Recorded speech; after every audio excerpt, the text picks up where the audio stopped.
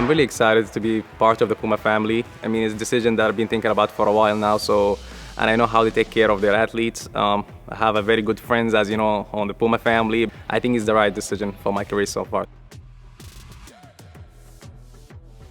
My father used to be an athlete, and I became an athlete after my father. He used to take me with him to the track when I was young, and that's how I fell in love with the track and field. And I started to be a runner.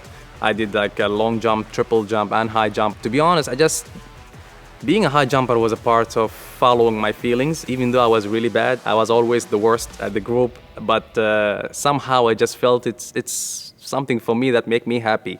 And it was fun. The weight training was fun. So I felt right, even though I say it was really, really bad. But I fought so hard to make it work.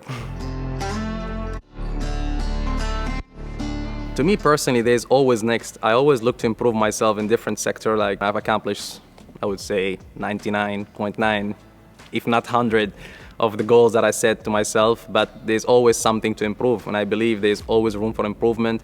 It might not necessarily be heights for me. If I improve the way I run, that's an improvement. If I improve the way I jump, my technique, if I improve my strength, if I improve my speed, there's always something that can make me a better athlete. So for me, it's gonna be always next. I don't have a specific target to pursue, and that's like, oh, that's the ultimate goal, because then if I achieve everything and I achieve that ultimate goal, I feel like, I don't have a motivation or something to go.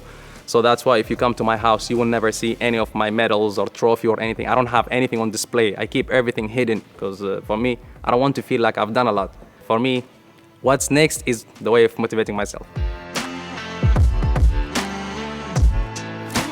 Me and Jamarco, we go way back since 2010, since the World Juniors, but one of the things that made me I wanted to share that moment, because we both had a very, very bad injury, having that.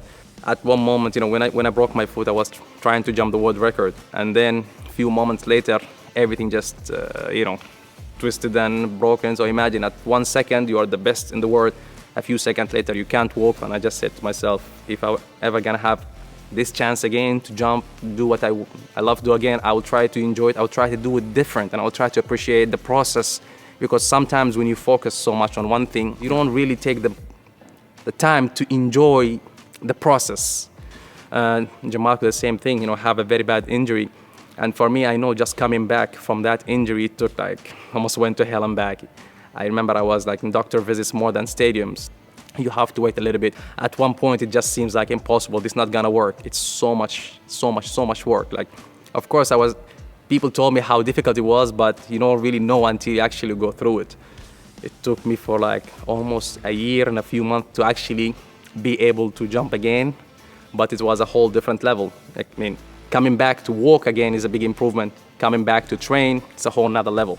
Coming back to jump again, it's total league. But then being able to come from that to jump among the best high jumpers in the world and beat everyone, it's almost like goosebumps. It really is like a movie.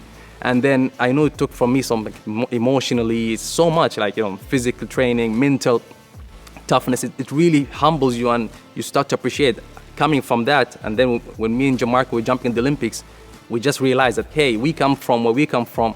We outcome this injury, we outcome all the odds, and we are here standing among the best high jumpers in the world, and we beat everyone.